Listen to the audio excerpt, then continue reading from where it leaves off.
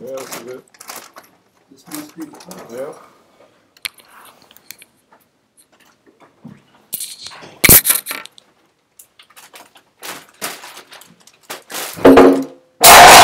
Oh, careful. We have, due to the reconstruction in the other room, all kinds of junk in this room.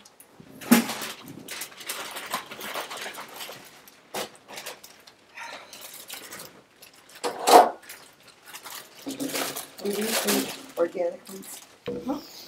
Oh, are those organic? No, Yeah. I bought organic. Oh. I've been Yeah, yeah. that repairman. What an idiot. It's very annoying. I asked him, I said, Yeah. what's your problem? I really have an attitude. I know, he did. Talking to him, I was getting really annoyed. You know, it's like, I'm glad we just canceled it. You know, it's like, it. Before he got there, he called me. And I said, make sure everything under the sink is out. I need it to be out.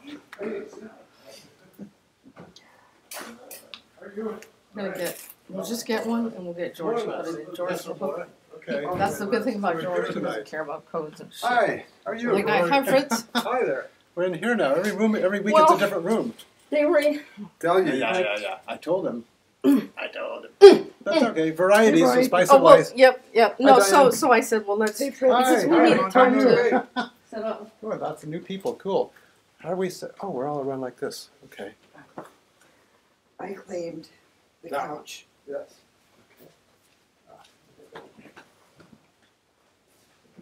Look, that couch is available. Let's see. Derek Let's see how it sits. doesn't bite too hard. No. Not good.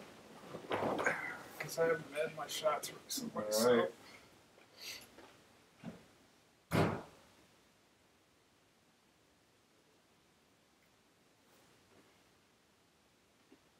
So what happened in the big room there? Any idea? Like the flooring's up or something.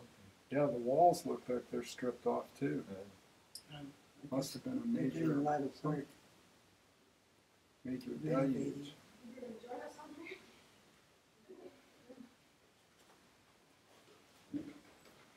That's a very blue shirt. Yeah, it is. It's saturated. I like that color. I love blue. Yeah. Yeah. Good, how are you? Oh, food. Yeah, food. Help yourself. We're gonna have food.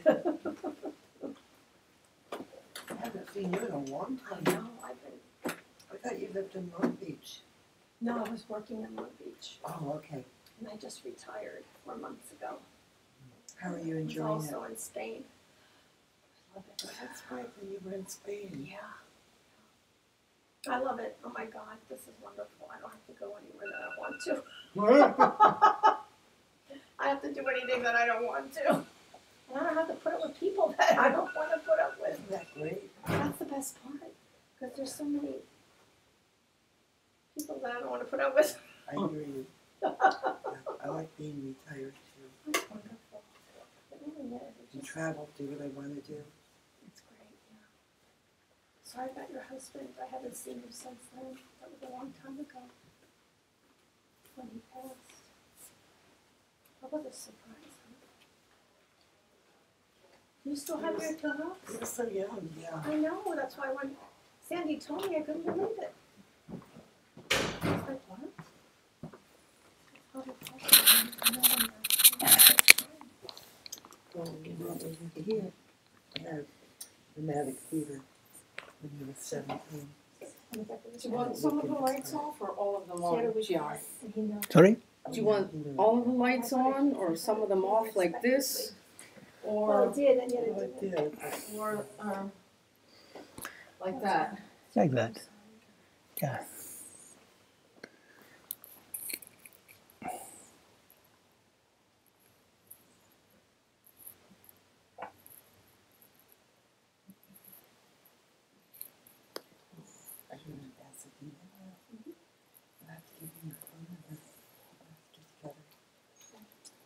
I think I have it because it hasn't. I don't think it's It changed. hasn't changed. Yeah, I think so. I'll send you her because I had you in here because when you used to work here, I don't think I. Never took me out. No, Even reason though I to. left. Yeah, But then I came back. yeah, no need to. Yeah, let me just check. 310-601-0725. Okay, I'll send it to Diane and then when you move, you'll have to. Well, you'll tell us anyhow. When we moved, To the new place. I am right there. Oh, so what? Let me put that address in. I didn't know you. I thought you Yeah, I were. moved 10 months ago.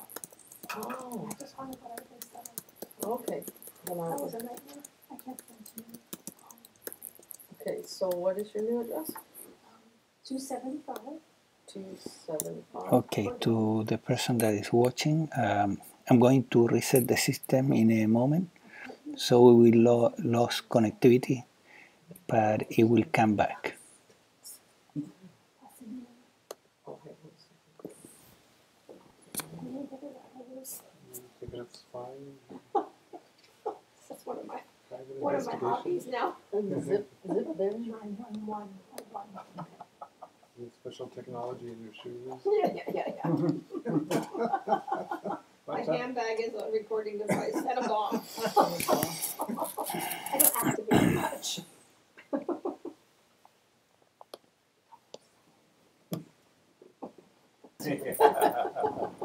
She knows about that. Ah, we chase women until they catch us.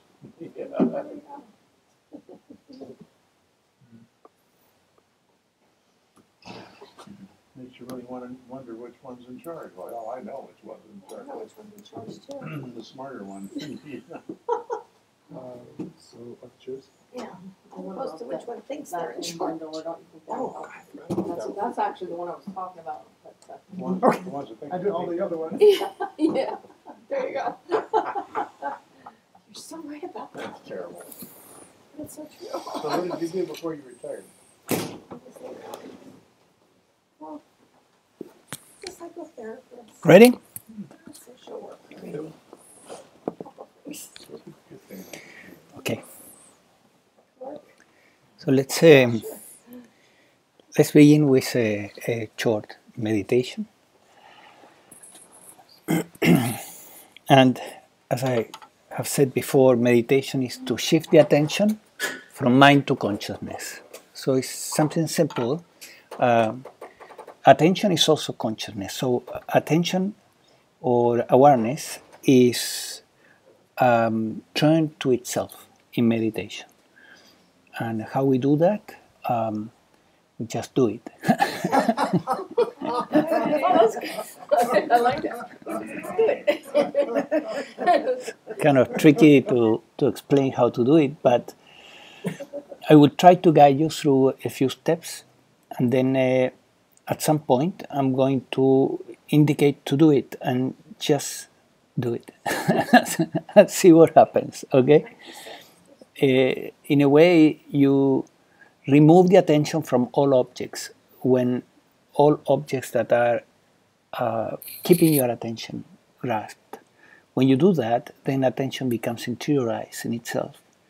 So it's removing the attention from everything leads to attention become centered in itself. So let's do this. Let's begin by focusing the attention in a few things. I will explain this in a couple of things. And then we are going to drop those two things, and then attention becomes interiorized. Let me repeat that. First, we will focus the attention in a couple of things, at the same time. And then we will release that attention so that the attention or awareness can be free to center on itself and to be free from objects. Because attention or awareness is not an object. It's the only thing in the universe that is not an object. But it gives meaning and sense to everything else, because without attention, the whole universe would have no meaning. You can picture a universe that is not being seen by anything, right? There's no awareness seeing or consciousness seeing the universe. It would be meaningless.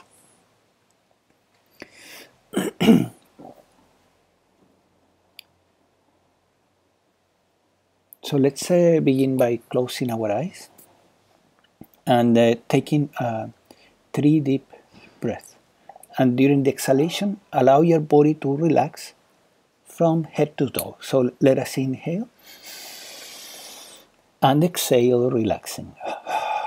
Allow your whole body to relax. And inhale again.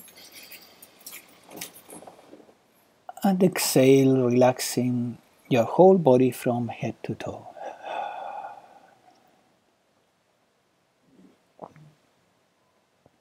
And once more, inhale deeply. And exhale, relaxing.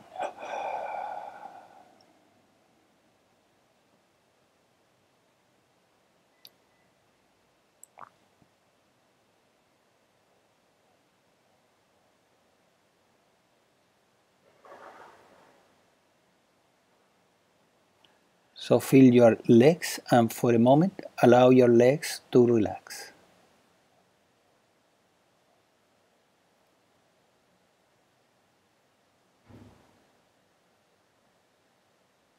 Feel now your pelvis, and allow your pelvis to relax.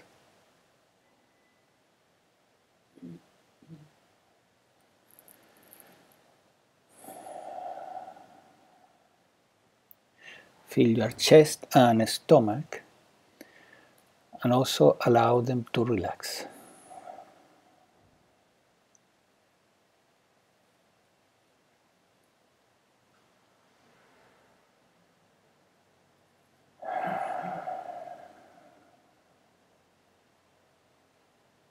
Relax now your back, lower back, middle back, and upper back.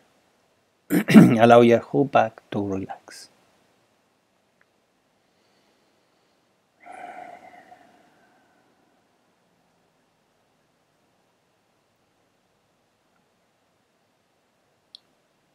Relax now your neck, front, back, and both sides.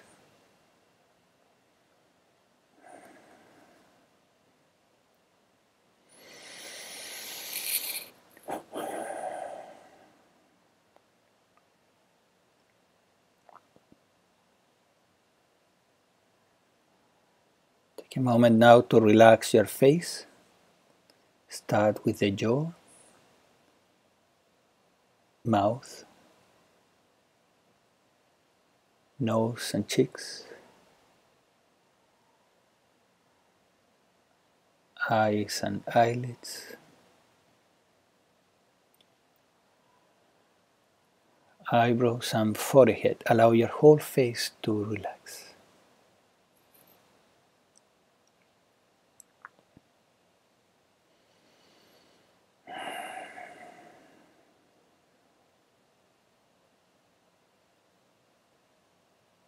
Relax now your scalp and ears.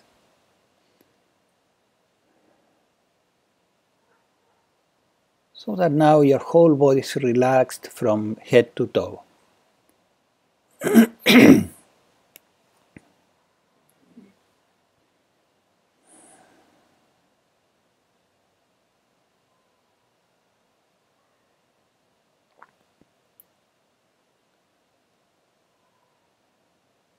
Gently scan the body. Notice if there is any tension.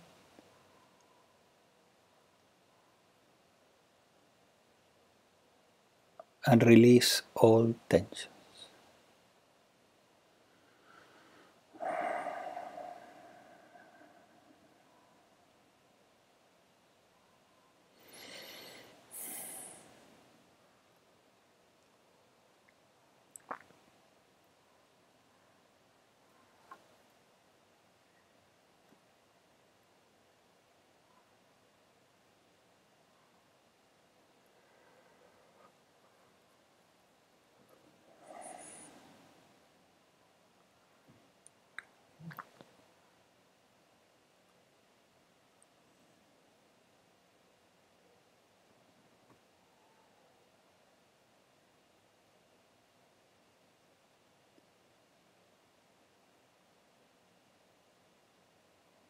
Now gently bring awareness to your breath. Allow your breath to flow wherever way it wants, and simply notice the breath coming in and out.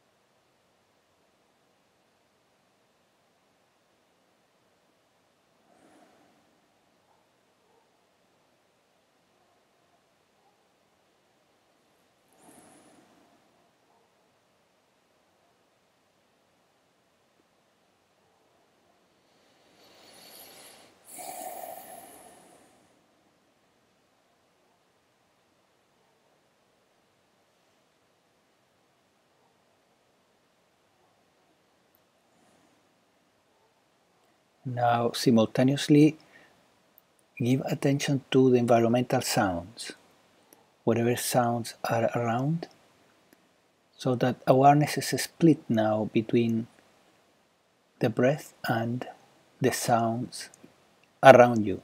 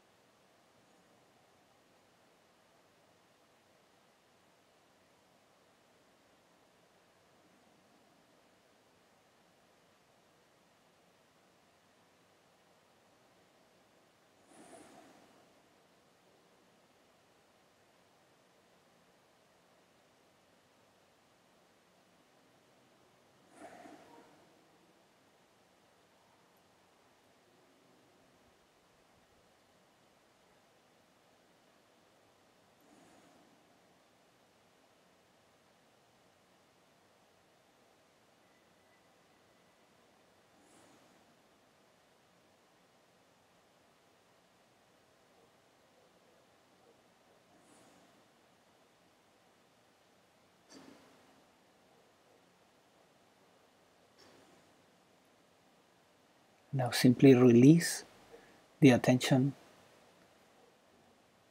you're giving to the breath and the environmental sounds, and just rest as awareness.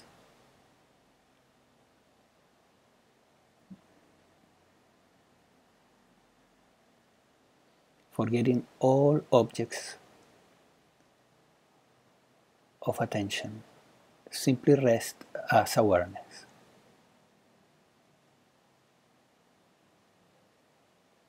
By not being aware of anything in particular. Allow awareness to be aware of itself. Just be aware of itself.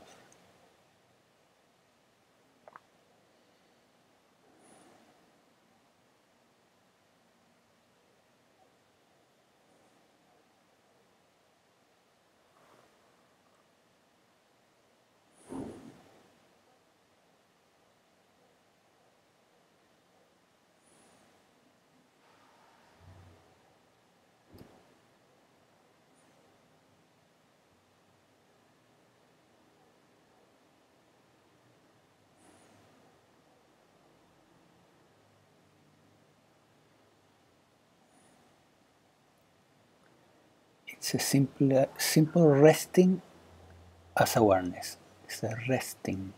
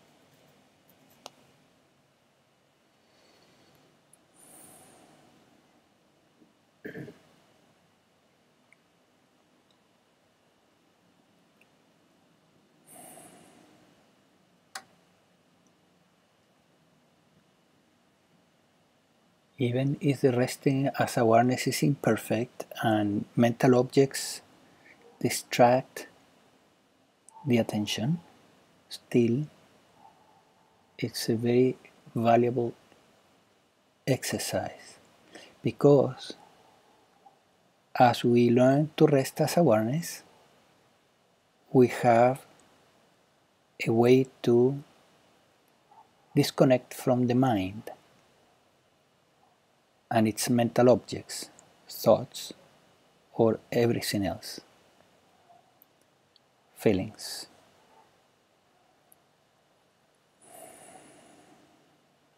So we use the pointer rest as awareness or rest as consciousness, and we escape the mind instantaneously.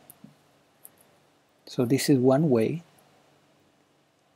to escape the tyranny of the mind, from objects to no objects,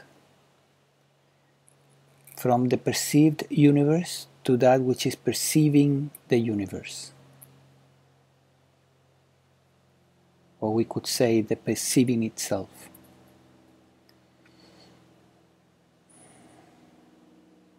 Because awareness is more a verb really than a noun.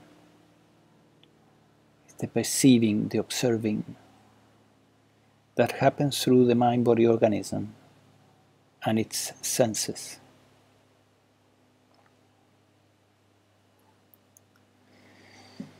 But today we will talk about how to stop believing our thoughts, which is different.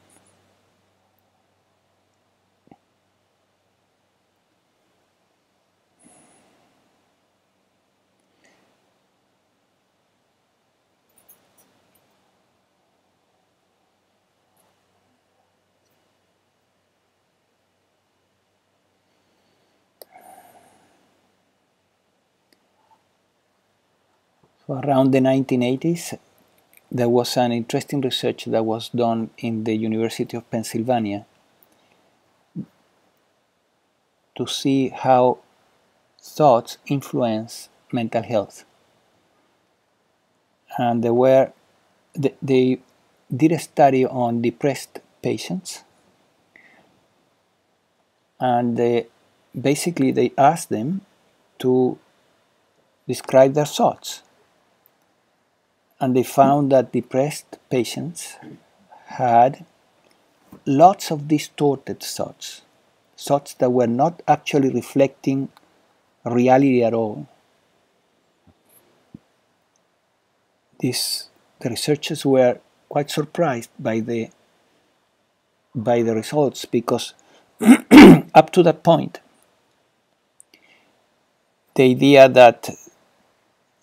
prevalent idea was that distorted thinking, unrealistic thinking, was the privilege of the psychotic, right? But then they were finding out that the neurotics, which is all of us, right, had plenty of unrealistic, distorted, negative thoughts. And in this case, the patients were experiencing depression, and the hypothesis was, well, if we can correct their thinking through some methodology, maybe they will come out of depression. So that gave birth to cognitive psychology, which is a method that anyone can study. It's pretty simple. You can buy the book Feeling Good by David Byrne. It was a classic. It sold more than 2 million copies. And you will find many strategies there, interesting strategies to correct your distorted thinking.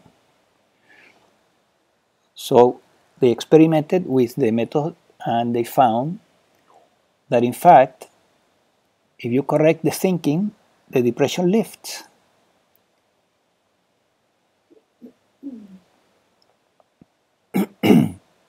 The problem is that you don't need to be depressed to have distorted thinking. Not at all. Most people have a lot of distorted thinking, and they are not depressed. They are not part of the clinical population. But their distortions, their distorted thinking is creating the typical human unhappiness that we see in this planet, right? And they cannot shake it because thoughts keep coming, right? Whether you like it or not. So if you want deeper happiness, you don't go to psychotherapy. You probably, because you're not part of the clinical population, so you may enroll in a yoga class, or you may enroll in a meditation class, so that you can learn to silence the mind and go one step beyond, which is having a silent, quiet mind, which will lead to experiencing life from awareness, in fact. Because what is left when the mind is silent, when there are no thoughts, is awareness, right? So many of us, at some point, began practicing meditation with the hope that it was going to give us, well, the happiness that we really, really want, right? A constant bliss. But as many of you have found, it's not so easy, right? So Advaita suggests, to begin with, the use of pointers, which is what we just did, right? Once you know in what consists to go to center the attention in consciousness and relinquish the mental objects, you simply use a pointer, right? Like rest as open awareness, or rest as awareness, or rest as consciousness, and you go there. There are many in Advaita, like for example, there is no one here. That makes you feel empty, right? If you follow that pointer. And in that emptiness, you are empty of thoughts, at least to some degree. But there is another aspect of Advaita that, which is that it teaches that our thoughts create a virtual reality in the head. And that virtual reality has nothing to do with the reality that our senses is informing us. It's interpretations of that reality. Our experiences in the so-called real world, which is not real either, but is more real than the virtual world that we carry in our head, our experiences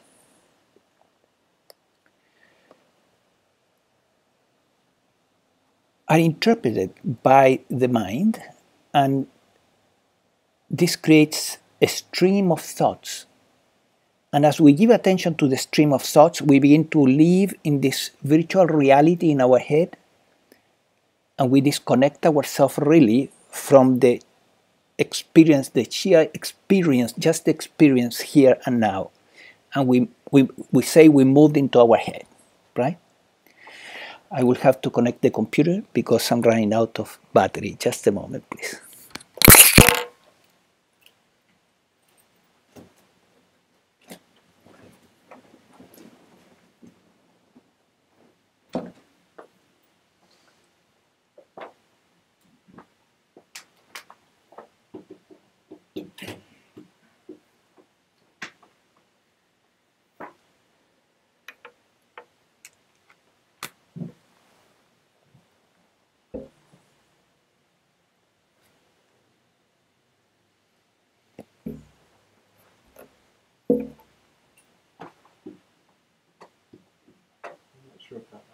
There it is.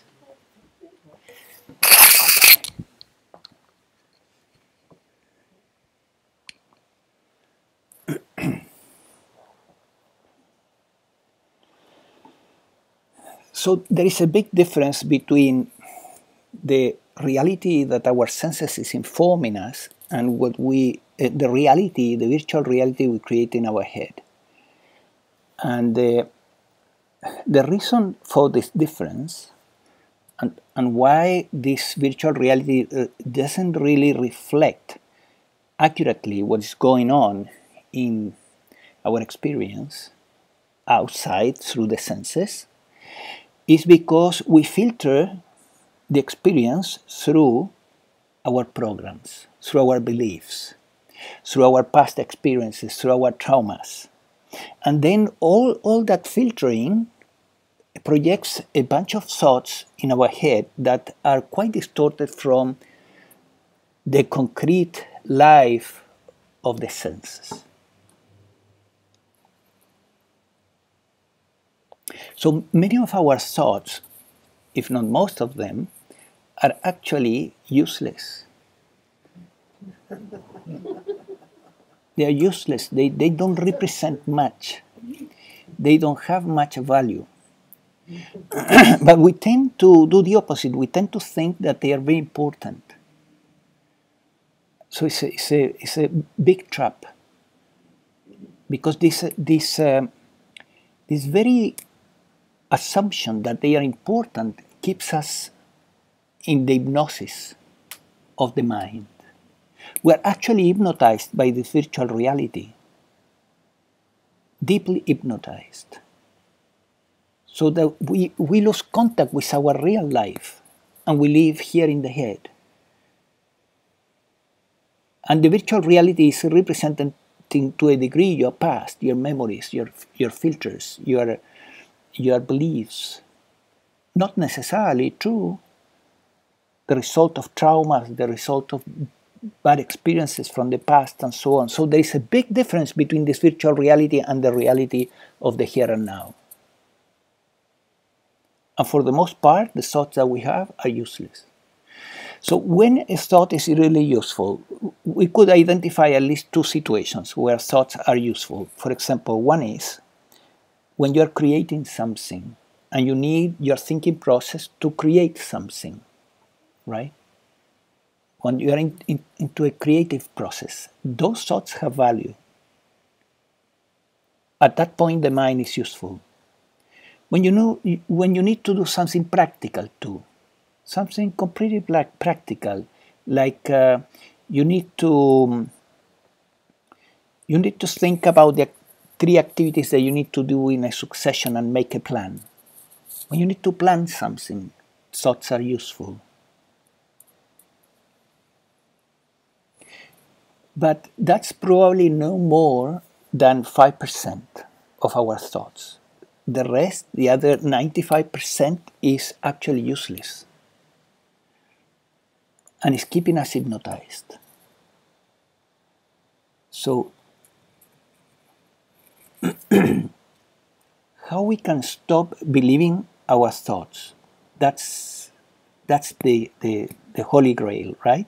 Because if we stop believing our thoughts, then what happens is that they will come and they will go, but we will not give them any importance. We will be free from the dark stories of the mind and the light stories of the mind, because that's what the mind does, right? The mind tells you beautiful stories and dark stories. And when you get a beautiful story, then you feel well, right? It may have nothing to do with reality. It's a story, still a story. But you feel, at least, the brain kind of doesn't differentiate whether it's true or not. It likes the story, you feel good, right? Even if it's not true. Then it tells you a dark story, a bad story, and you feel bad. And it's not true either, but still you feel very bad. So, how we stop believing in the positive and negative stories of the brain? Now,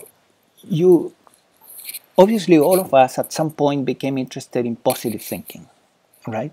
How to move our dark stories, bad stories into good stories, how to have only positive stories. And we all know that it doesn't work. It doesn't really work. It works somewhat, but it's limited. So, Are you talking about the power of positive thinking? sorry? Are you talking about the power of positive Right. thinking? The power of positive thinking, and so many metaphysical books that have been written about how to control your thinking towards the positive, right? So in Advaita, instead of doing that, what you want to do, because Advaita is the search for truth, right? And the virtual reality here keeps us in an hypnosis, in a trance. So Advaita is not interested in changing dark stories for positive stories so that you feel good. It's interested in the truth. So the idea is to release all believing in the positive and the negative stories, both. Relinquish them, or allowing them to be, because you won't be able to stop the thinking. The thinking will keep happening. The thinking is something natural of the brain. And as the liver produces bile, so the brain produces thoughts. And they will keep happening. So, and if you try to stop the thoughts, good luck, you won't be able to. And if we turn the spiritual path into a search for stopping the thinking process, it's very likely that it will go forever. And you won't have much results. Then, just a second. So, what you want is to stop believing these stories that are coming and going, right? And I'm going to go there in a moment. Yes, Diane.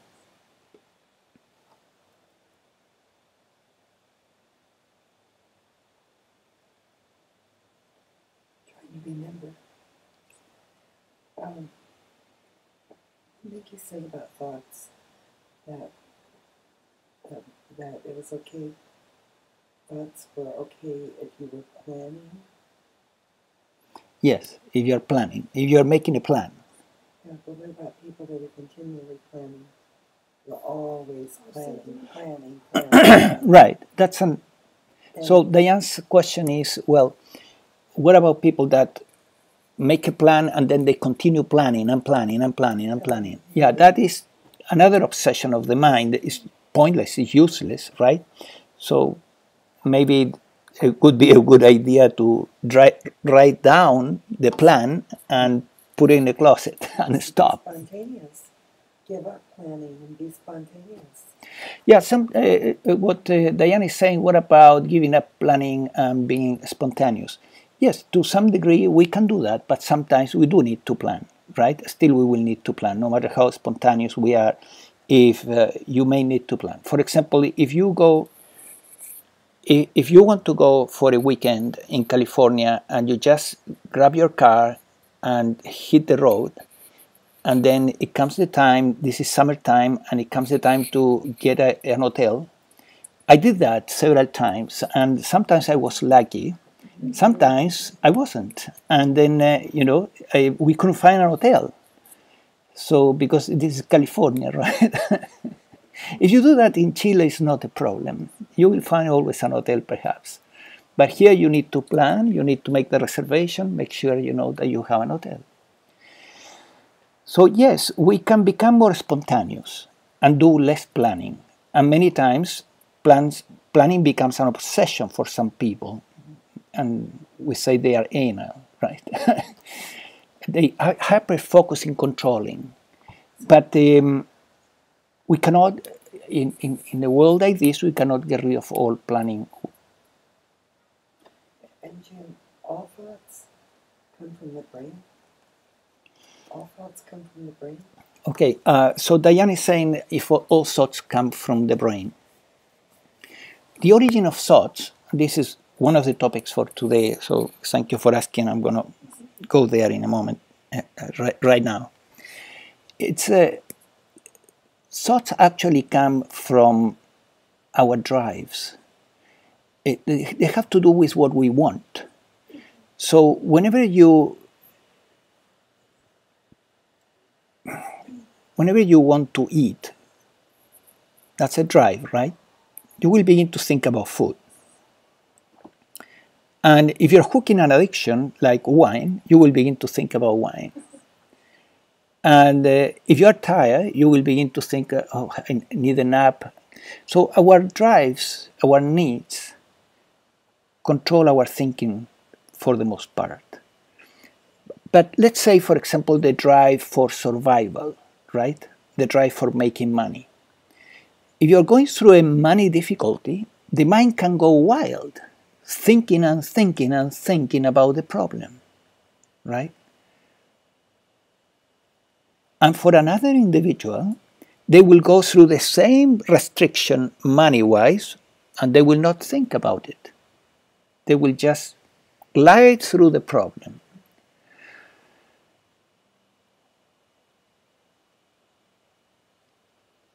Health, same thing, a very important drive. If you're having a health difficulty, the brain will start thinking about health. Relationships, another important drive. You are going through a problem with somebody, and you're thinking all the time about that conflict. So the mind gets obsessed with that, the drive, the natural human drive of connecting and having good, harmonious relationships, because it's being challenged by the situation. So our drives, our main human drives, are responsible for our thoughts. What are our main human drives? I presented a satsang on this not long ago. But in the first center, in the root chakra, survival, right? So money and health. In the second center, pleasure, which includes addiction, unfortunately. Adventure also. In the third center, personal success, which can obsess a lot of people, right? About having success in life. Then in the fourth center, relationships. And that's pretty much. In the fifth center, creativity and service. That's the agenda of the soul, right? And that also creates a lot of thinking, of course. Usually less painful, because it's not self-centered. Yeah. So these drives really create a lot of thinking. And if we learn, as I mentioned before in the previous satsang, if we learn to surrender those drives to consciousness, to the divine, one by one, we surrender the money issue in our life, and we say, it's not my problem anymore, I just do my part. It's up to the divine to maintain this organism. It's not my problem, the health of this mind-body organism. It's not my problem anymore. It's a problem that belongs to consciousness. You surrender the problem. So health comes and goes, right? Sometimes you have good health, sometimes you have symptoms, whatever symptom. But when a symptom comes, the brain can begin to obsess and obsess and obsess about it. But if you have surrendered that, then you just say, okay, the consciousness knows what it's going to do with this body. So you learn to surrender all the main human drives one by one, and you get freer and freer from the obsessions of the mind, because you corrected the fundamental hypothesis that you are in control of your life, which is not true. You're not in control of your life. Nobody has control over their lives. Life happens. Do you think that consciousness really cares about anything in the physical? I mean, like The young question is whether consciousness cares about does consciousness really care? cares about what happens in the physical universe, right? Well, you can have one belief or the other, right? You can say, well, consciousness doesn't care, right? The divine doesn't care. Or you can have the belief, yes, the divine is part of this creation, so it's completely immersed in the creation, and therefore formless and form are in a constant play, but the formless consciousness has never abandoned its universe, right? So it's kind of a belief. And the Bhaktis will tell you, no, the divine is entirely involved in the universe, right? And in Advaita,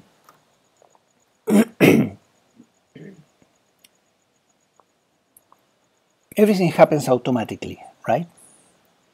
So when you trust that the universe as a totality, or consciousness, the formless consciousness, is taking care of something, a particular aspect of your life, that happens, right?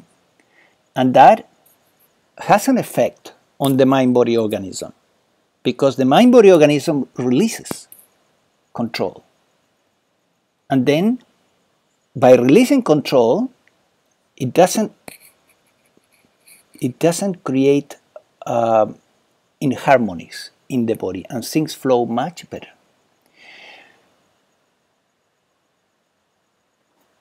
The need for control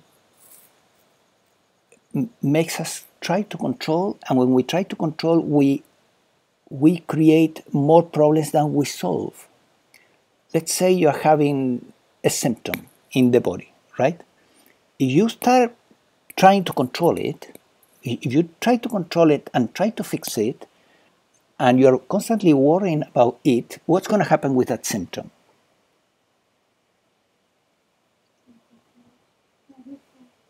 It's going to get magnified, it's going to get worse, right? If you're going through a financial difficulty, and you keep thinking and thinking and obsessing how you're going to get the next dollar, is that going to help? It's not going to help. So when you release control, you allow things to flow. That's the hardest thing to do. Sorry? That's the hardest thing to do. I mean, that's what AA teaches, that you need to give yourself up to the higher powers. Right, exactly. So, but how do you do that? What's your name? Andrea. Andrea. So Andrea is saying, well, the 12-step programs, they suggest the same thing. You You let go of control. You surrender the control to a higher power. And that's exactly what I'm suggesting in regard to this. So how do you do that? Well, you just do it, right? It's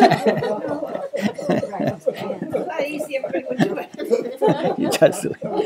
See, how, That's the mantra for tonight. how the alcoholic relinquish control? Well, first it tries to control, right? And it tries and tries and it tries until he or she realizes that it's not working, right? And then it goes to a 12-step program, and what does he do or she do? She say, I can control this. It's uncontrollable, right? I surrender. I surrender this problem, this whole problem, and the solution of the problem to the divine.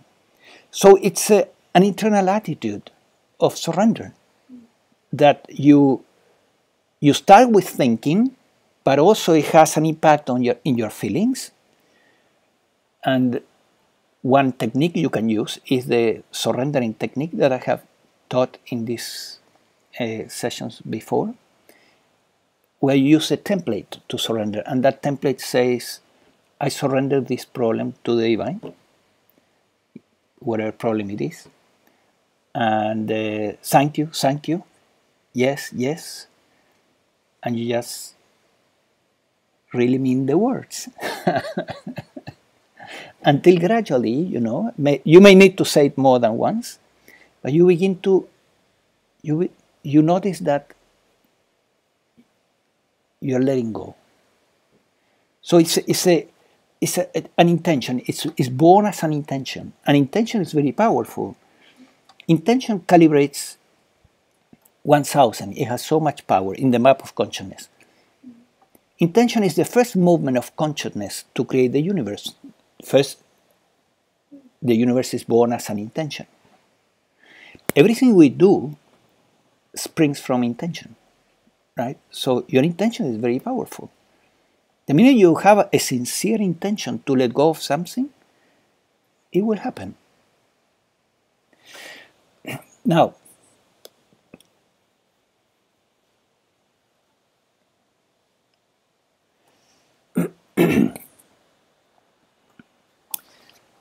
the problem with the mind is that it's constantly telling us stories, right? One story after another, after another, after another.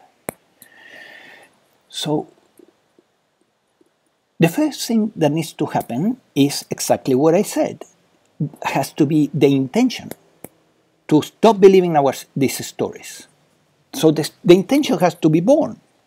So hopefully today, through this conversation, maybe the intention will be born. I want to stop believing the stories in my head. They are not worthwhile. They are not helpful. I want to be free from this, from believing these stories. Now, what is the benefit of stop believing in these stories? The benefit is immense. Once you really get there, what happens is that the stories come and go, positive and negative stories, right? You look at the story and you say, oh, one more story. That was a dark one. Another story comes. Oh, that was a beautiful one, but it's a story. So the stories are coming and going, and you're looking at them as if they were a movie, but you don't get hooked into them. And it's a great freedom. It's fantastic to live like that. What you're saying is to detach emotion. Sorry? What you're saying is to detach emotion. Yeah, you don't get emotionally involved because you don't believe the story. If you believe the story, you get emotionally involved, and then it will trigger all type of sensations and emotions in the body, and you will be going. Your moods will be going up and down according to the stories that your head is telling you.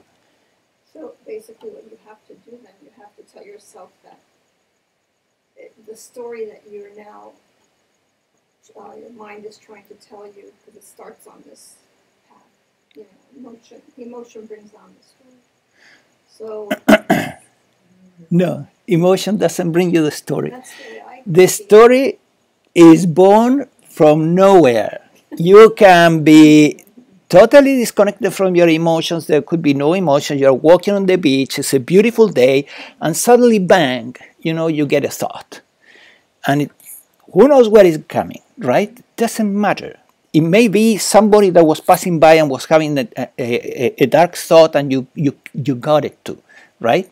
There is a field of thoughts from which we are also getting thoughts. So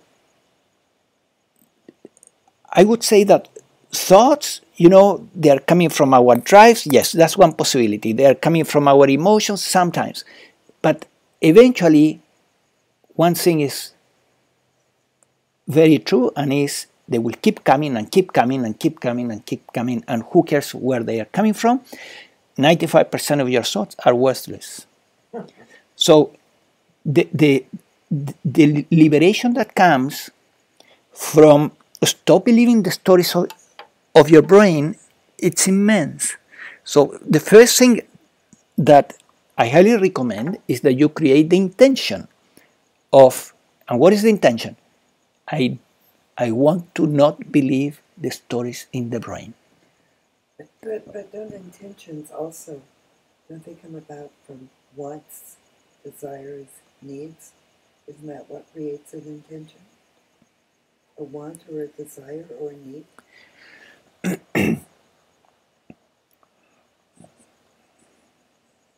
So Diane is asking whether the intention comes from a want, right? Or a desire or a need. Or desire or a need. Yes, you could say so. So, for example, what I'm trying to sell you today is the want, right? Is the wanting to do not believe your stories in the head, right? Once that want is there, you want the intention now, which is one step further. I want to work in this direction. I want this to happen in my life, right? Because a want can be just a want, and then you don't do anything about it. So hopefully you will do something about it. So what is it that we can do about now? Because we can do something very concrete, in fact. And it's the following. You need to label your stories as stories. Label the thoughts that come and go. Notice them, and you label them, oh, it's just a story. Oh, that's another story. So you label them as stories. And that exercise leads to a gradual detachment from the stories in the head. A good way to do this, to go for a walk, right? And then you say, I'm going to notice my thoughts. And as you notice the thoughts, you keep on labeling them. There it goes, one story. There it goes, another one. Oh, this is a dark one. You can also give them labels. For example, your stories, many of your stories will have to do with other people in your life. So you label the stories about Peter. Oh, that's a Peter story. Then Elizabeth. Oh, that's Elizabeth's stories. So you begin to group them, the stories, right?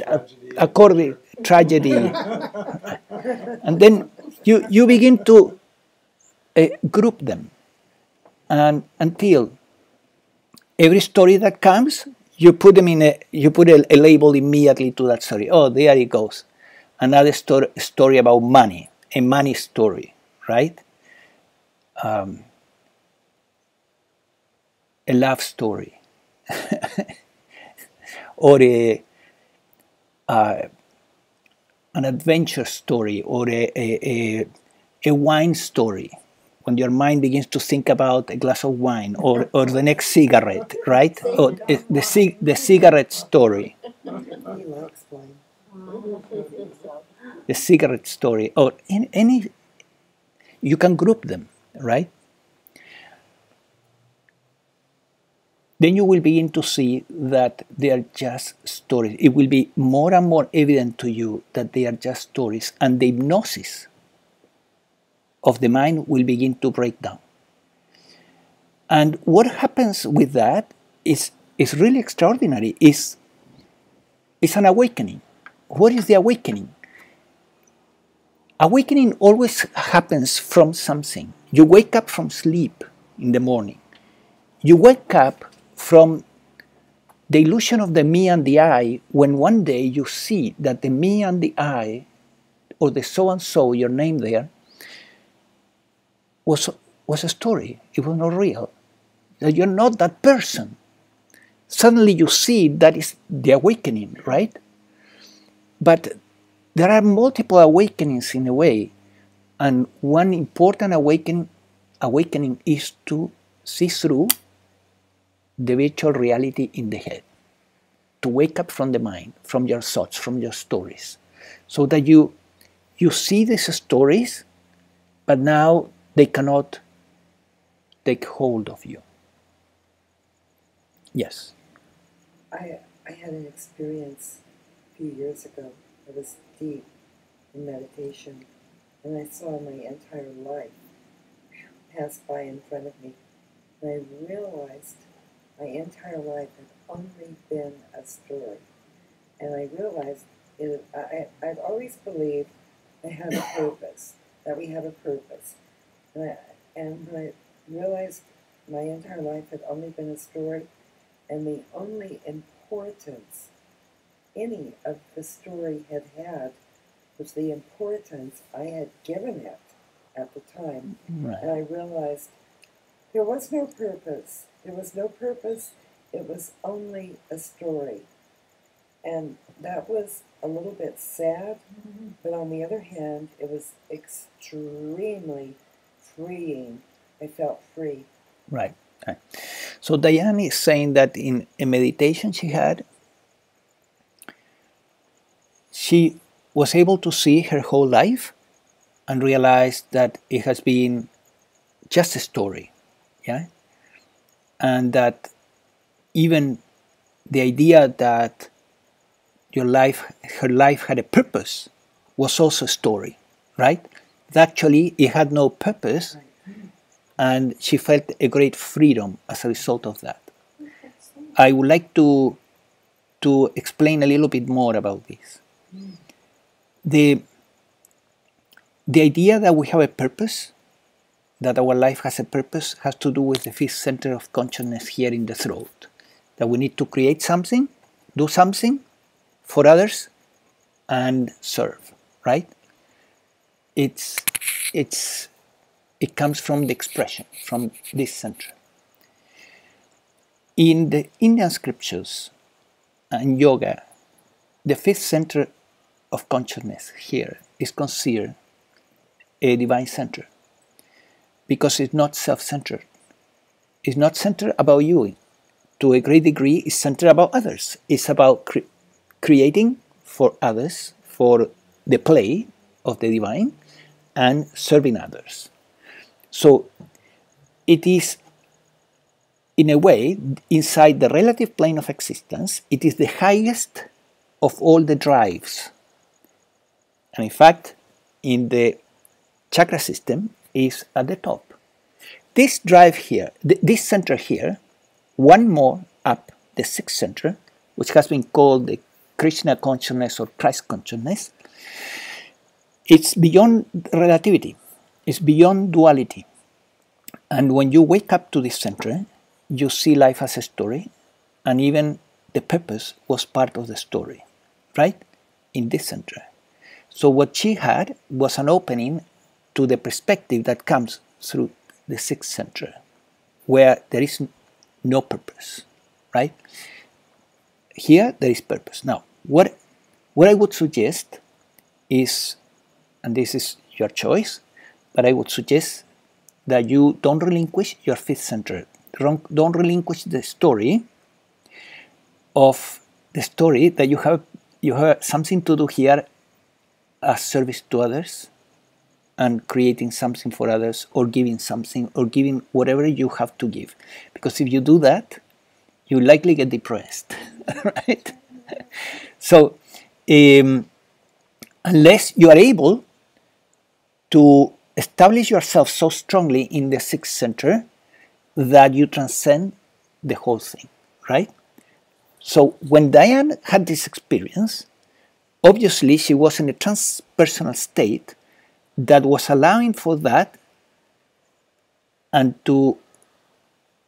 instead of bringing sadness and depression, it brought freedom, right? A sense of freedom. But leave that to the spontaneous evolution of your spiritual life. In the meantime, do not give up your serving and your creativity and your purpose until it comes naturally as an expression of the opening of the sixth center. Yes. Thank you. This is so great. I tell you about my experiences, and you explain to me what happened. Right. Thank you. You're welcome. But we Yeah. can't, I understand what you're saying, and it's wonderful if we can get to the point where you can like transcend it all. But I think for most people, what you're saying is don't give it up, because for most people, if you think my Right. life has no meaning, Right. then why am I here and what's the purpose of everything? Right. Right. So that does raise Right. a good question, and it could cause a lot of emotional distress for Yes. for many So people. Andrea is saying that she also agrees, she's a psychotherapist, and she agrees that letting go of this drive of creating, expressing, and serving can lead to depression, right? And to distress and a sense of meaningless in life. So don't give up. Don't give that up. Not yet. Is it possible that there is a definition of purpose involved here? Because my thinking of it is, if that were to, conceptualize that okay, I don't have a purpose because I'm going to be living thousands and thousands of lifetimes, as I have lived thousands and thousands of lifetimes, having many different experiences. Obviously, there's something at the heart of this, but the purpose of this lifetime is like just a shell that's for going to a bigger purpose, a perfection of the soul. Yes. Does that make sense? Yes. To just Okay. differentiate. So Gina is referring here to the purpose of perfection of the soul, right? Which is it's a purpose that entails many incarnations, not just this incarnation, but many incarnations, as she's explaining. And yes, that requires a sense of separation, right? The idea that there is a soul that is evolving requires separation, right? There's a soul that is evolving, sharing negative things, basically, and evolving. At some point, that will also be seen as an illusion, right? The illusion of a soul that is unfolding and is evolving and so on. It's a story again. So in this center, in the sixth center, that is left behind also, because that belongs to the soul level here. Now, again, leave that to happen spontaneously, and when it happens, okay, it happens. And then you stop being identified with this astral being or soul that is evolving. Awareness is seen through the astral body also. It's the perceiving that happens through the astral body. The idea of the soul is an identification. Is I am a soul, is I am this, is an identification with the astral body. Same as when you say here, I am a human being, you're identifying yourself, consciousness is identifying itself with this body, right, with a human body. So ultimately we're not a soul, we are undifferentiated consciousness, and that undifferentiated consciousness is looking through billions of beings, trillions.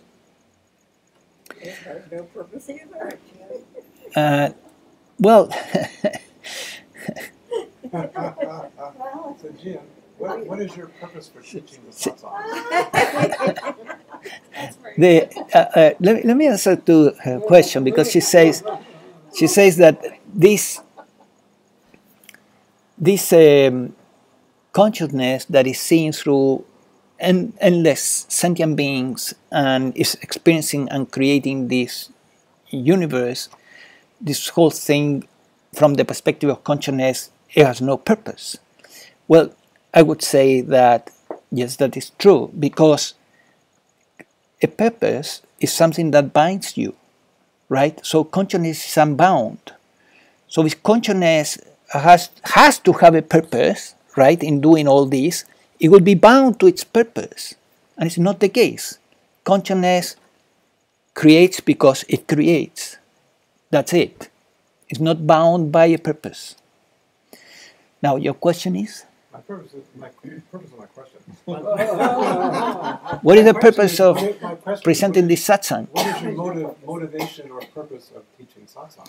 So, Roy is asking the question, what's the purpose and motivation for Jan to present this satsang? Well,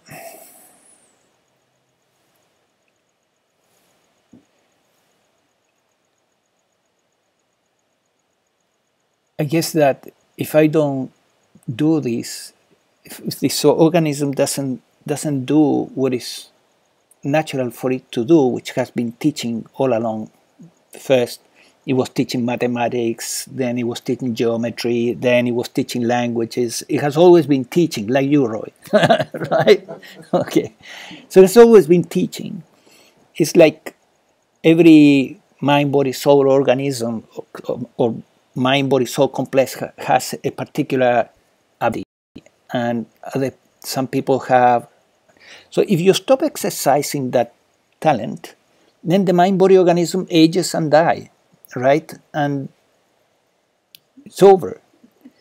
So in a way, this is the reason, it makes life more interesting and more joyful, and there is a sense of giving and a sense of receiving and a sense of It's more fun. and it's more fun, right? And also is a way to make a living, because otherwise I would be, I don't know, washing cars or selling cars or something like that. It would be boring, right? Terribly boring. Yes. I just wanted to say the reason that when I had that experience, that it was so freeing for me, was because for 30 years I had been a psychotherapist, and I really believed my purpose was to assist other people Yes. with their healing or their spirituality or whatever. And when I realized I didn't have a purpose, it was like, for me it was incredible, because then I could just focus on my own awakening more and more, merging more with the Creator or with God or the Divine, Right. or merging more and going more into consciousness. Right. So in that sense, it was totally freeing for me. So Diane is saying that her experience was very freeing for her because she was a psychotherapist at that time, and she believed that her purpose was to help people through her therapy, and this gave her a sense of relief, in the sense that she didn't have to do it, that it was more a choice, right? And then she could focus more into her process of merging into the oneness, right? So I guess that this was something that was meant to be in the unfolding of the universe and in the unfolding of your persona, so that you were going to feel more free to do what you did, which was to focus more into merging with the one. So you mean there was a purpose in that? Yeah. It was freeing, right? It free you from something.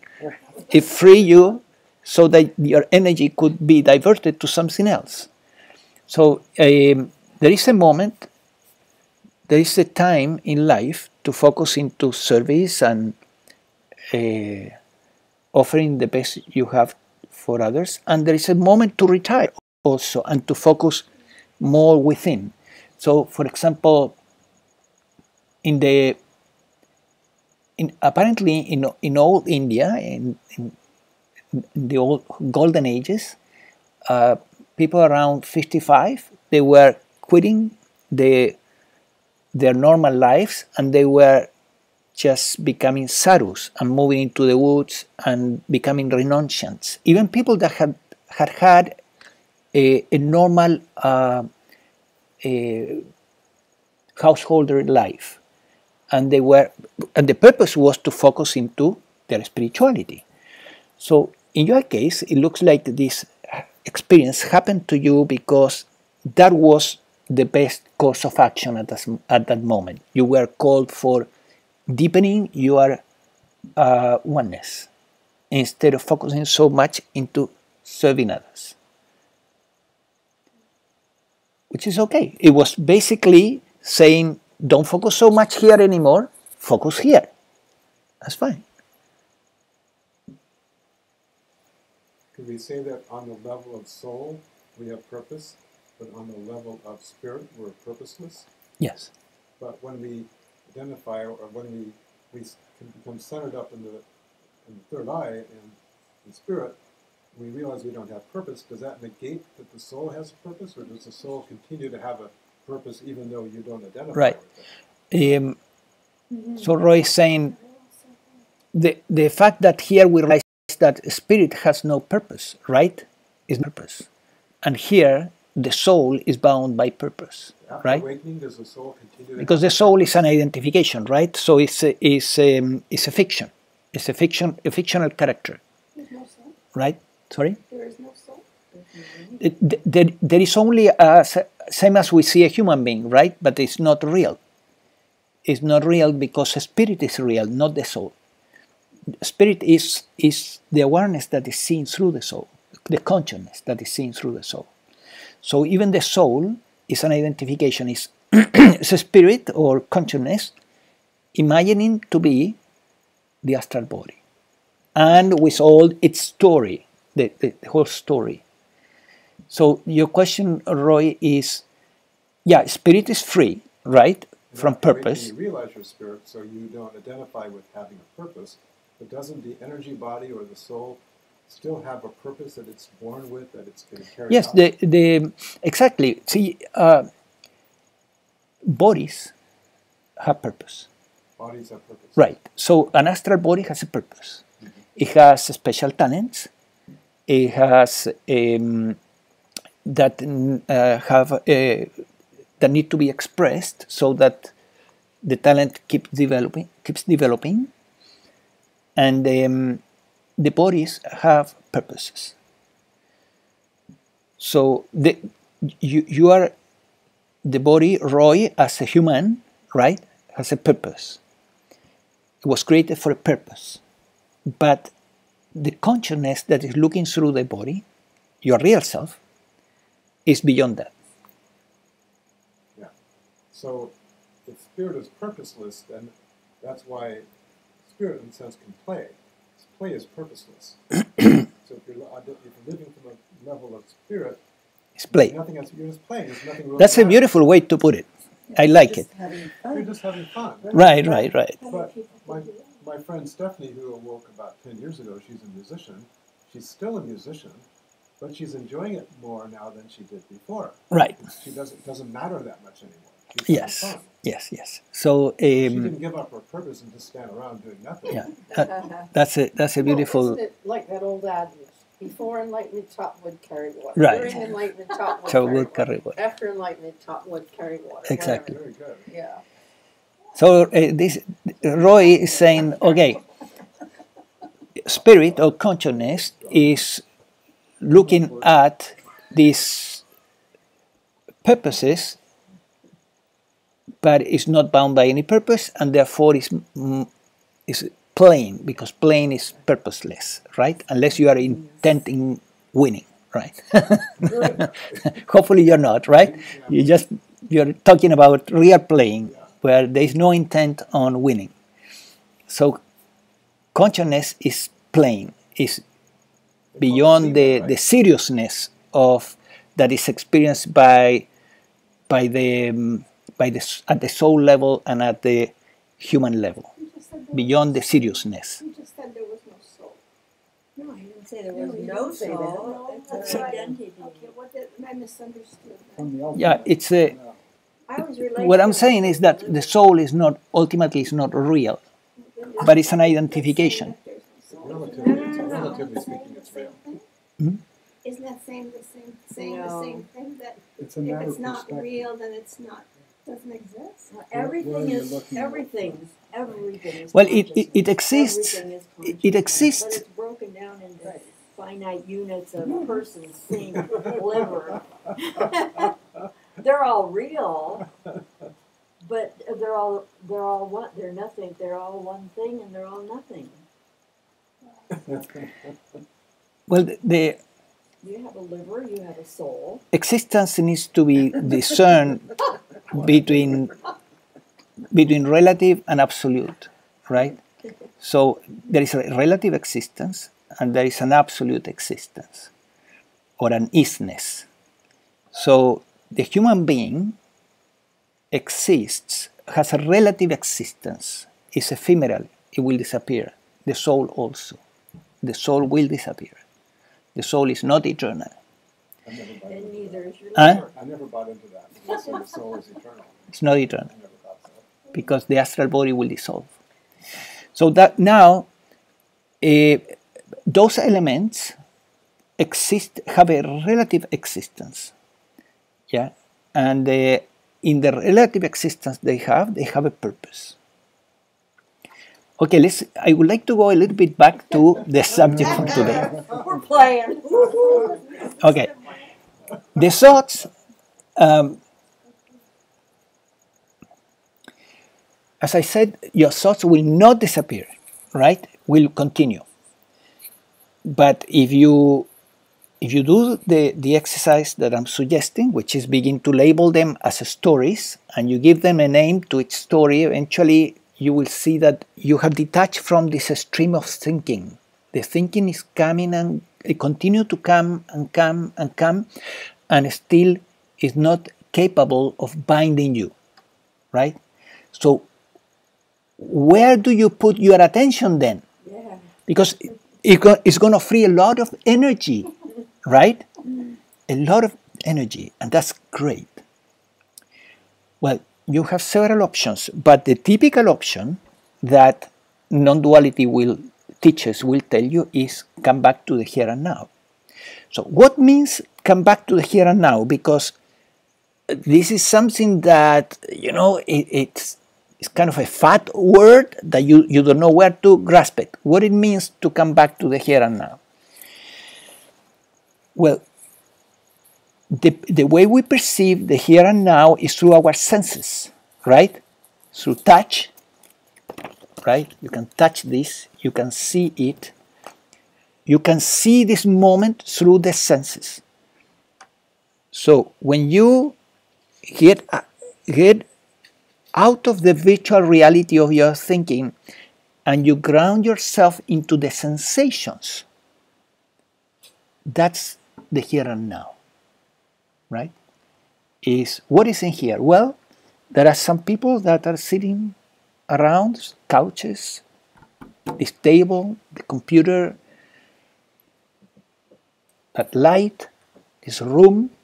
This is the now, as it is informed by the senses. So Fritz Perls, a famous psychotherapist that created the Gestalt therapy, he lived with some Zen teachers in Japan for a while, and he said, come out of your mind and go back to your senses, or go down to your senses. Huh? out of your mind. Always good. Get out of your mind, go down to your senses. So, when you are connected with your sensorial experience, then the thought process also slows down. So now what is happening is that you're not believing your thoughts, and on top of it, the stream of thinking is slowing down because now you're more grounded into the here and now, into the sensorial experience. How we got disconnected with the sensorial experience? You may look back in time. At what point imagination became more interesting than reality, right? And you may find that perhaps you may remember laying down in your bed when you were 8 years old, fantasizing in the head and being fascinated by your thoughts and your images. And gradually we become fascinated by this virtual thing because it's constantly changing. It's like a movie, right? And the reality of the senses can be a little dull for a child, right? So children live a lot in a world of imagination. And eventually we get hooked. It's an addiction. So we need like a thoughts anonymous. I think I'm Gina, I'm a thinker. Thinking anonymous. Roy is saying that thought anonymous would be a solution. I'm sure that there is at least there is neurotic anonymous, that's for sure. And you can imagine where neurosis comes from, right? It comes all from this virtual reality. So Fritz Perls was right. He was a psychotherapist and he was trying to help people get out of their neurosis. So he was telling them, go to your senses, right? Get connected with your sensorial experience. Now, if you don't like your sensorial experiences, you can do something else. You can look at the thinking process, look at that stream of thoughts, begin to label the stream of thought as simply stories until you don't believe in what they are telling you. You are more disconnected now, and then you go directly to consciousness. Bypass the sensorial experience. You just rest as consciousness, right? Like we did during the meditation. So you go from being lost in your thoughts to be resting as consciousness. So we see teachers that focus into one approach in non-duality and teachers that focus into a different approach. It's okay. See what works best for you. One's Buddhist and one's Advaita. One Buddhist, one Advaita. Focusing on your body is more Buddhist, like Vipassana meditation. Oh, okay. And withdrawing into resting in consciousness is more Advaita. Right. So Roy is saying that the Buddhist focus more into the senses and the Advaitist focus more into consciousness, right? Okay. So, I would say that this has a lot to do with the types in the Myers-Briggs, right? Yeah. If you're an SP type, I mean, in a sensing probing artisan that has a good connection with their senses, their sensorial experience, it will be very easy for them to move out of the thinking and go to their senses. If you're a sensing type in the Jungian parlance, if you're an intuitive type, it may be easier for you to move directly into consciousness, right? The emptiness, which is also Buddhist, as you see, because emptiness and consciousness is the same, right?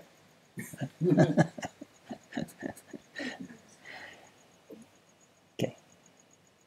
I think I covered the subject, so you're welcome.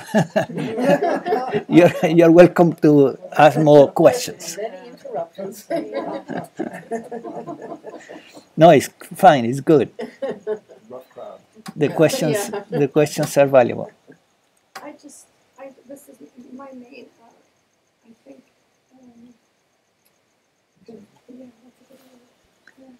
my main concern with what you're saying. I mean, I grasp it.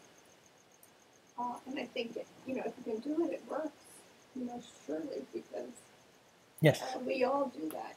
We get into our head and the thoughts start coming, and they become more and more exaggerated and more, sometimes ridiculous, I have to give an example, for example.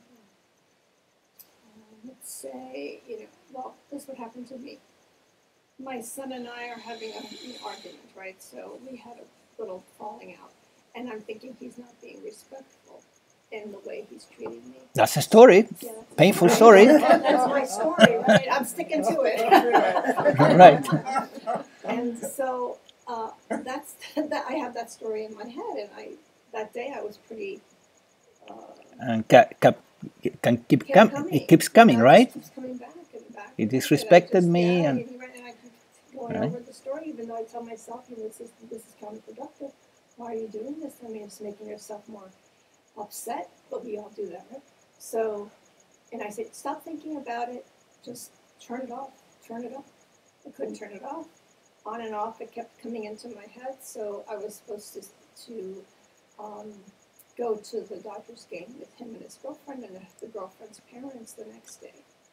So I really didn't want to go because I already had this thing that he's not Right. respectful. I'm really angry with him. I don't want to go, but I promised I'd go. I promised the parents, blah, blah, blah. So if it was just him, I would have said, let's not go, but I had an obligation to other people, so I went. And you wanted to go.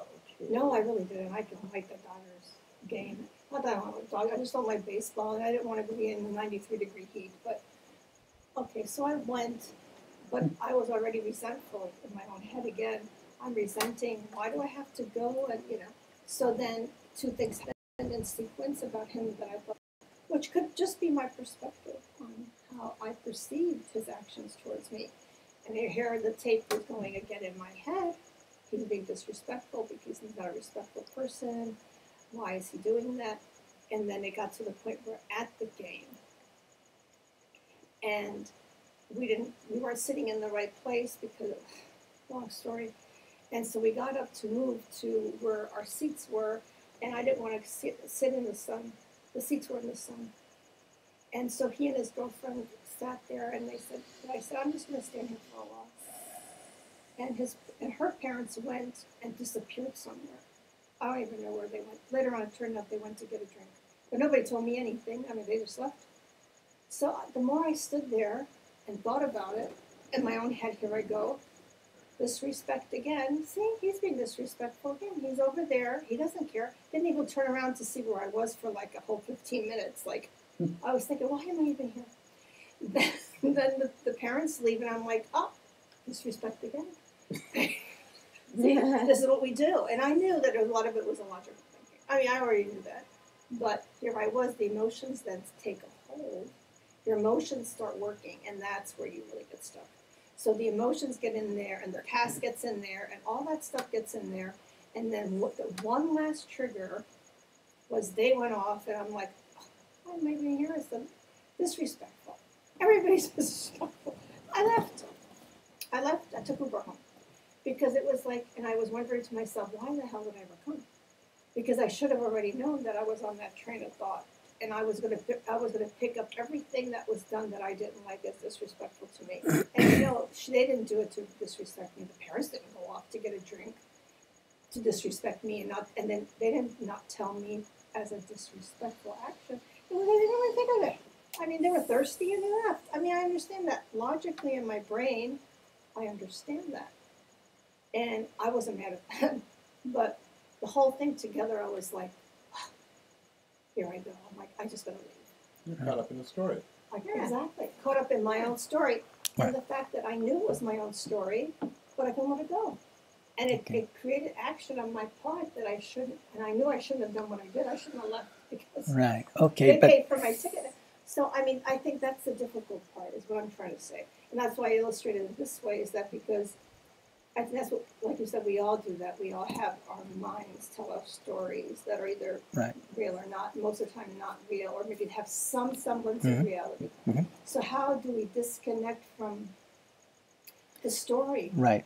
So Andrea is explaining a long story about feeling disrespected by her son, right? By her son, and then this led to the conclusion that eventually everybody is disrespectful, right? Yes. And which would be a split in psychology, right? All nothing thinking. Well, see,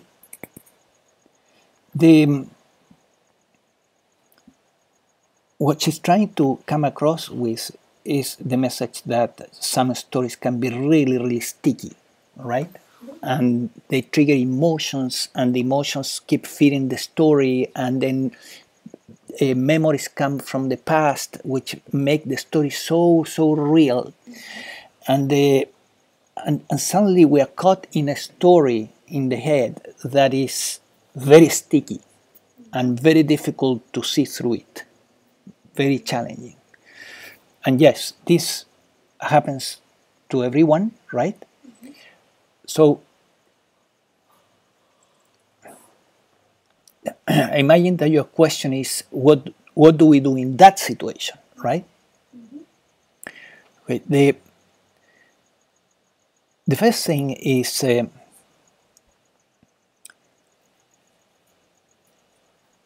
the degree that you become more and more aware that this is the brain telling you stories, and you develop the muscle of getting disidentified with the stories of the brain and not believing them,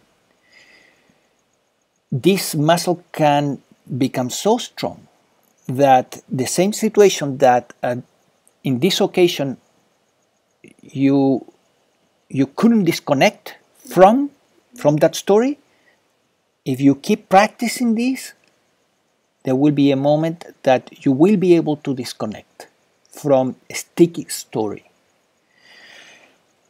Providing the story and the situation that is not calling for something different than disconnection. Because some of these stories actually are coming to us, challenging us not to disconnect, but to do something about, right? For example, having a conversation with your son, setting limits sometimes. I'm not saying that this is the case, but setting limits. Setting limits is something very difficult. It's not easy. And we're all learning to do that, right? We're all in the process of learning how to do it and how to do it well. How to do it without hate, without anger, without resentment. So sometimes when the situation is calling for action, you will not be able to disconnect from the story until you do what you are supposed to do. And you learn in the doing, the mind-body organism learns in the doing what needed to learn. So when a story about a relationship or any story becomes really, really sticky, one thing you can do is to ask yourself if the situation is asking for something different than just detachment. Because it could be something very different.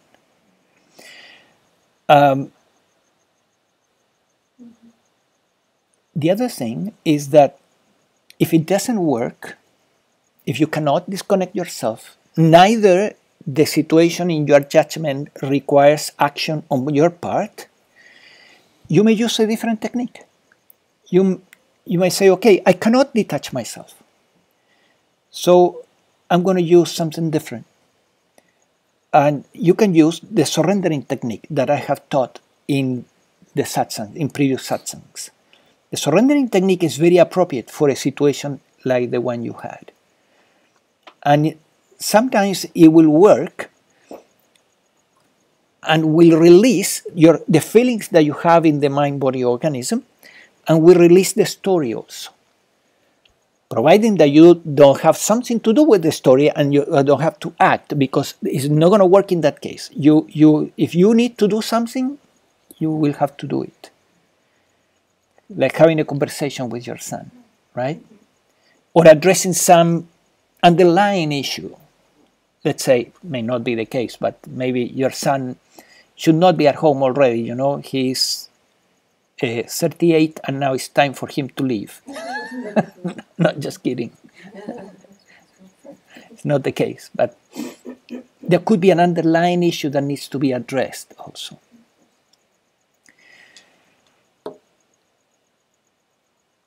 So yes, it's a good question, because we all get into sticky stories, right?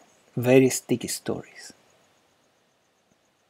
So sometimes there's situations that believing the story allows us to get angry and to be right about something. Sometimes getting attached to a story allows us to feel compassion. And it's just a story, like the world events, the weather stuff, floods and things like that. And my story to myself is, oh, you're a very compassionate being if you get emotionally involved with it. But getting emotionally involved doesn't do anybody any good, really, when it comes down to it. Right. It allows me to feel like I'm being compassionate. Right. It's sort of self-indulgent to something that doesn't really Yes. That you cannot help. So Gina is talking about the hurricanes, right? Or similar catastrophes where you feel... About a good deal of my story thoughts go Right. on about what's going on, and I should care about it. So there is a should statement there in her head that she should care about it, right? Mm-hmm. And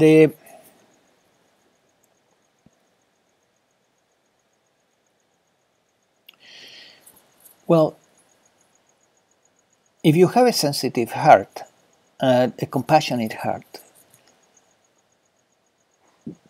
when you hear a painful story like the hurricanes and that have affected all these families and so on, your heart will be touched, right? And there is a sense of appropriateness in the response. It's like there is a superego telling you, the superego is telling you your response, your emotional response to this as compassion is appropriate to the situation. So this voice in the head that is telling us when our emotional response is appropriate and when it's inappropriate is a good thing, because it informs us, you know, about the evolution of the psychophysical spiritual organism, or the soul mind body complex. Because if we didn't have that, we could have completely inappropriate responses, emotionally inappropriate responses, and not have a clue that it was inappropriate, right? So I don't see a problem in either one. The response, the appropriate emotional response and the appropriate evaluation that the emotional response was appropriate, both things need to be there in the system, in the mind-body-soul complex. Now, if this goes too far and you begin to dwell and suffer with a story, and then you know that it went too far. So now that voice in the head is telling you, that is evaluating, is telling you are going too far, right? Now it's inappropriate. The response is exaggerated, right? Because you cannot do anything. So the response can be inappropriate from one side, which could be being totally heartless about the situation, or the other, which to get too emotionally engaged. Both can be an exaggeration.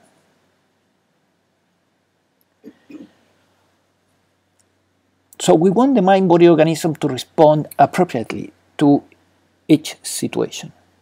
You are not the mind-body organism. You are not the response. You are consciousness, looking at the response. But we want this mind-body organism to evolve. So in a way, we keep supporting the evolution of the mind-body organism in every respect. We don't wake up and then we say, okay, I'm not the mind, I'm not the body, I'm not the soul, and therefore who cares, you know? Everything goes, right? Let me allow this mind-body organism to do whatever it wants. It's inappropriate.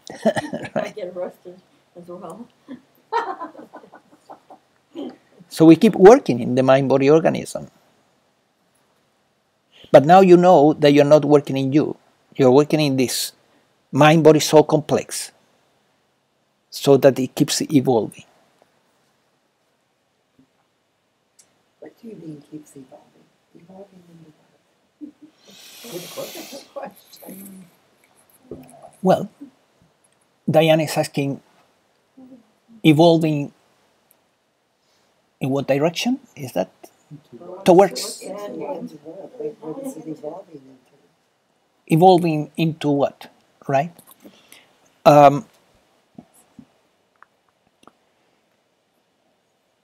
The evolution is part of the phenomenal world.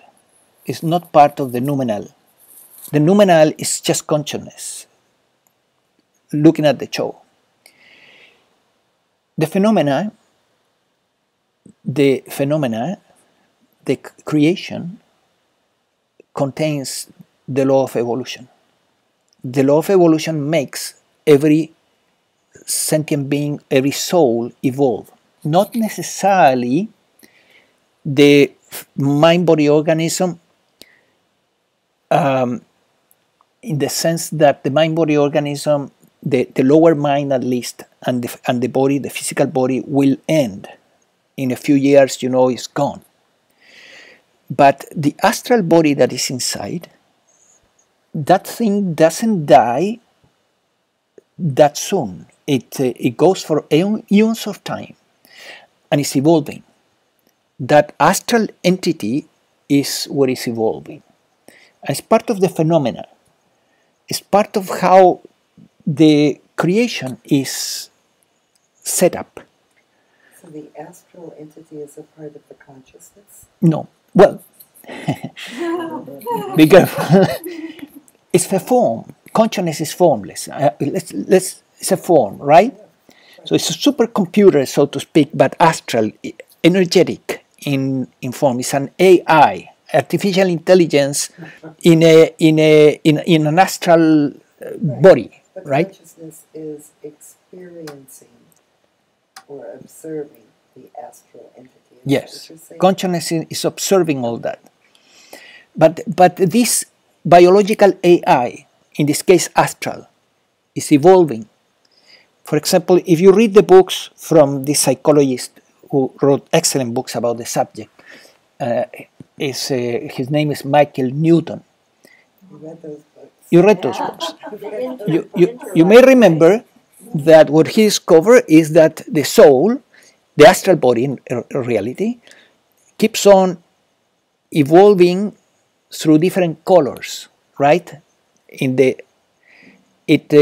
beginning it may be an undifferentiated white, then moves into red, then moves into, and it's the colors of the chakras. Towards the end, the soul, the light of these astral bodies become deep blue. At that moment, he says, according to the people that inform him, the soul has evolved to such level that doesn't need to incarnate in physical universes, right? So it stays in the astral and continues the evolution in very subtle worlds. So, But then it ends. then what? Then it ends. Yeah, So the soul ends. Yes, the soul ends. The astral body apparently ends. The yogis So is that say, the purpose of it evolving? okay, Is there let me just explain. an end? the astral body Return to source. eventually dissolves, and then the causal body, which is more subtle, becomes free, right? And the causal body is made of thought. It's not made of energy. So it's made of thought and moves into a realm that is made of thought.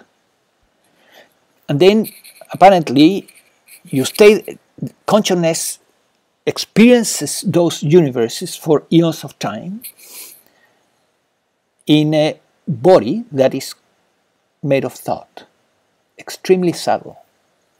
Until finally, those thoughts are, that thought body or causal body is also relinquished, and then consciousness merge back directly into itself, right? So Until the next time. into consciousness itself, into the totality or the formless consciousness. So this is the game. And for consciousness is purposeless, is playful, as Roy explained. So the astral entity and the causal, the other bodies become more highly, they become More refined. more complicated. More refined. More complicated, so that consciousness can experience more complication. More refined experiences. Yeah. See, the astral body and the causal body become more refined, so that consciousness can experience more refined experiences. See, the word is refined because here this is a gross experience in the human, in the human physical, especially in a planet that is so primitive like this, is a gross experience. There are planets in the physical that are likely much more evolved than this. So the experiences that consciousness can have in those planets through those bodies are much more refined, right? Those beings live much more in the higher chakras. They are not into this gross selfishness that we see here. So it's a constant movement towards refinement, Diane. Greater and greater refinement, subtlety. It's for consciousness to experience. Just for consciousness to experience, to enjoy. And then at the end, consciousness just merges back in. At the end, consciousness, yes, at the end, consciousness dissolves all bottles, and it's back into the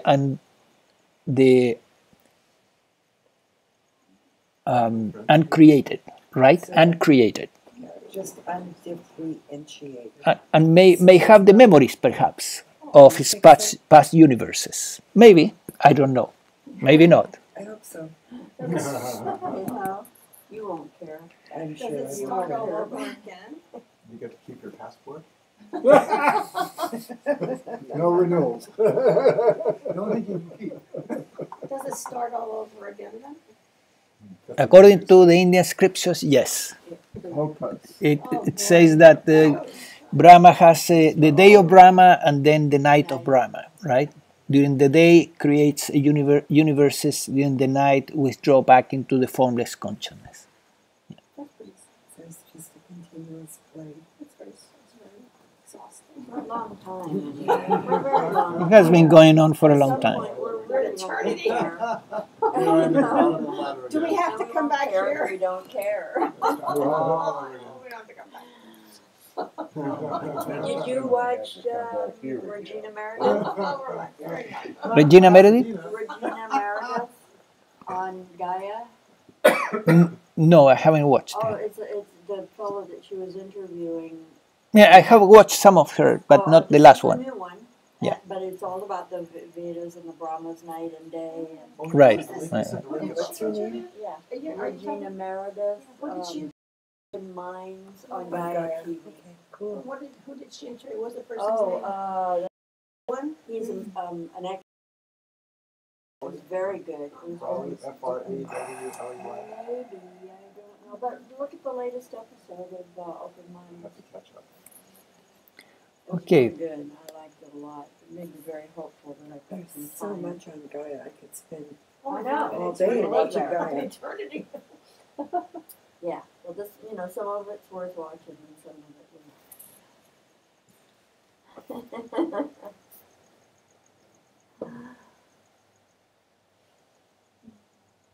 Are you using astral body and soul interchangeably? No, there's a subtle difference. Andrea's question for those online is whether you can use soul, the term soul, or the term astral body interchangeably. And there's a difference. See, it's the same difference that we have between a human body and a human being, right? When you say I am a human being, that's an identification with the human body. Mm-hmm. When you say I am a soul, that's an identification with the astral body. So that's the difference. The soul is includes identification, mm-hmm. which is false, because you're always consciousness. You're always that which is looking through your eyes right now, perceiving that is happening, the observing that is happening. Whether you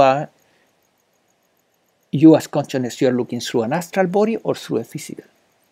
I think there's another distinction also, is that the astral body looks sort of like a physical body, but probably after each physical lifetime, the astral body will look similar to that last physical body. So that means the astral body will change from one in-between lifetime experience to another. Mm-hmm. The soul seems to have a continuity. So Roy says that the astral body will take on a form that is similar to the last incarnation in the physical, right? Well, for what I understand, and this is entirely phenomenal, so non-duality really doesn't give much attention to it, but there was a time that I was really interested in these subjects, and what I understood is that the astral beings actually can metamorphosize their own astral body. They can take on the form they want. So they are not bound by a form. They don't have to go shopping for clothes. No, they don't need to shop for clothing. But they can change at will their form, right? They can, if they like the form they used during the last incarnation, they may use it, right? But if they didn't, they may not. So how do you recognize people in the astral world if they may change it? Vibrationally. You recognize them vibrationally, right? Oh, that's right. You say, you can't fool me, I know this. Right, it's intuitive. But wait, a 95-year-old woman dies, she doesn't want to be seen as a 95-year-old Right. woman. Right. Yeah, that's very typical. For example, I remember my grandfather died at very old age, like in his 90s, and his body was very run down. And one day I had a dream with him, and he was so young, and I never met him at that age. And I know the dream had something to do with the astral reality because of the characteristics that was so vivid and so colorful, and the interaction. So probably he was showing me how he looks in the astral. And in the astral, he had chosen, of course, a body that was in his 20s. So now an infant dies or a 5-year-old dies, what's their experience like? I mean, They grow up. That's a good one. What's the question? well, I can see an older person wanting to have a nice, healthy, young, youthful body. But Right. what if an infant dies or a 5-year-old dies? Oh. What are they like when they? Yeah, so They can't be very. Gina's question is, what about a baby or a young child that dies? You know, what type of body will choose on the other side? Whatever they want, really, because they have the capacity to also take on the form of past lifetimes, where they may have experienced a long life with a body that they liked, or they may create a body completely on their own liking. the limitation that we have here is tremendous, right? You are stuck with your we are stuck with the body, we like it or not. Yes. By chance, could the astral body be a connection of the mind? Because as I get older, I don't see myself as old. My brain is a young, vibrant person, but every time I try to go anywhere, But the thing is that I think your concept, maybe, of yourself might be what generates it as whatever you think or feel, as you make this transition. What do you think about that? Where does that look? Report back to us. So what's your name, please? I'm David Hanks. David. So David is saying that we have in our heads kind of a self-image, right? A self-image, a self-concept. It's more like a self-image of ourselves, and that perhaps we die, and then in the astral we will project an astral body that will be a reflection of that self-image, right? Yeah, it could be. It could be. As far as I understand, for what I have read, not experienced actually, is you are really We'll never talk. you are really free. You are really free to choose a different form, even a form that is not a match with your self-image, the self-image that we created here, right? Can I choose to be a dog? For a while. I guess. Life is better than a person's life. It gets fed, it gets fed. It doesn't have to work. It doesn't worry about money. Yeah, that's here, not over there. Yeah. Do we have to shave over there? I don't know. I've seen quite a few people that, I've known quite a few people. Well, I've known 3 people that, a lot more, but 3 specifically that died, that came to me, and I saw them after they had died, and they all looked younger. They looked like they were in their 20s, their 30s. They looked Okay. very young. So you They were just vibrant, really happy. right. Diane is saying that she has seen in dreams or visions. I've actually seen She has seen them, people that have died old age and 3, yeah, old age. and then she saw them in a very young body, all of They them. were very young, all 3 of them. Yeah, that was my experience also with my father, my grandfather. Yeah, they can reproduce the body of their last incarnation, but very young, and even correct things that for them were not pleasant at that time. That's an interesting thought. Perhaps the astral bodies, with the young age fixed, whether it's infant or 20-year-old person from a 90-year-old person, maybe we grow through these, hit our prime at these things, and then continue that image. So maybe the body is just a vehicle in time, say decay time, and the astral isn't, like in a different dimension where it just doesn't decay. It just transfers. Maybe. Excuse me, but I have a physics background. You have a physics background? Yeah, a little bit. Okay. Also, you talk about frequency. You have a still pond of water, and you drop of water. You have a wave pattern that goes out in all directions, circular. Now, if other people or other droplets form, you then have the wave patterns interacting in conflict, which then generate more wave patterns until the whole surface appears to be chaos. But there's not chaos in there because there's standing waves and there's forms and all types of things, but you can't really see it until you see the pond. See what I'm saying? Mm-hmm. Yeah. So maybe that's a model, out there. Could be. So that would take time on it. No time doubt is that vehicle. the phenomenal world, including the subtle worlds, can be extremely interesting. right? And there is an immense variety, and obviously consciousness has been extremely creative in at creating all these universes from subtle to more dense, like the one we are in now. Now, what I suggest you think about is that Advaita or non-duality is actually the study or the looking into that which is not phenomena, that which is the only thing that is not a phenomena, which is the noumenal, right? The noumena is, as it was described by the Greeks already, is that which perceives, is the perceiving of the phenomena. So, the levels of the soul and the from the soul up, everything that has to do with the subtle worlds. In Advaita, there is a teacher called Nisargadatta Maharaj that he called that those levels the superstructure of the universe, which is composed of subtle forms. And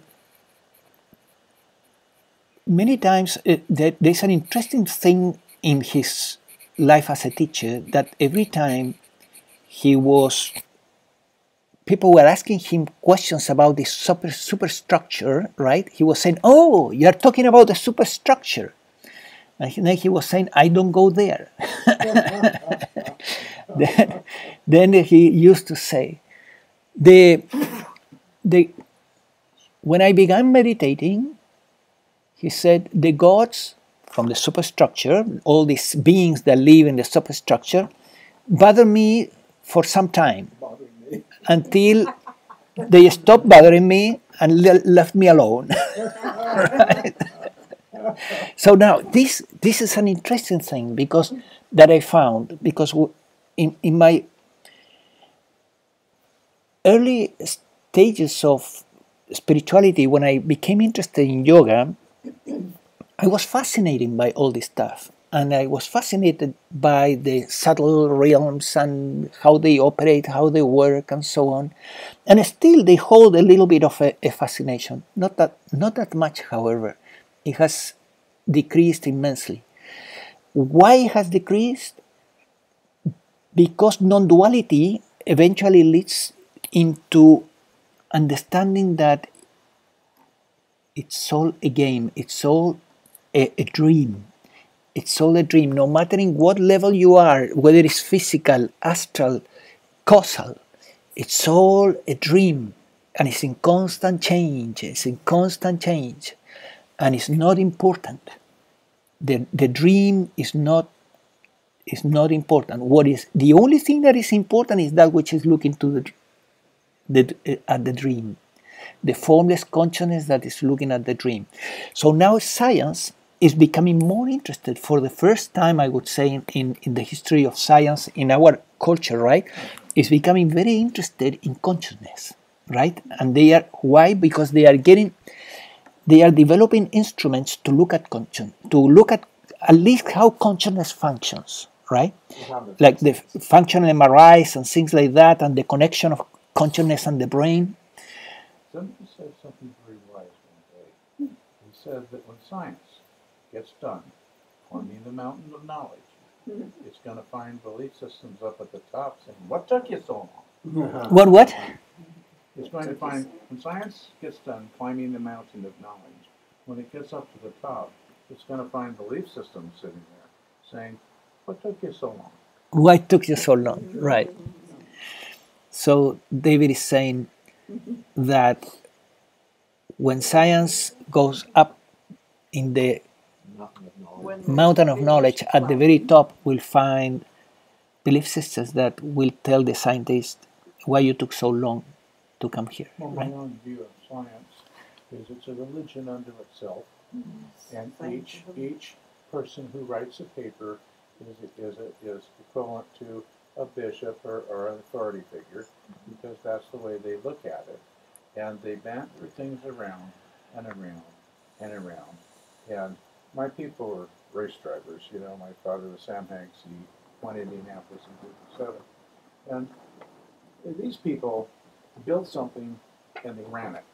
And if it were left up to science, they'd still be running ox carts because they analyze everything to death and nothing happens because they're too busy bantering and back and forth. If you get into multidimensional things, they're incapable, you know, of, it doesn't banter back and forth. It's an area they can't function in, you know. So that's why when science gets done climbing the mountain of knowledge, those with the knowledge will be on the top saying, what took you so long? Yeah, that's right. I'm going to have to use the restroom. Sure. Okay, well, thank you for coming today and for participating. I really enjoyed the conversation. And see you in 2 weeks. Bye, those online.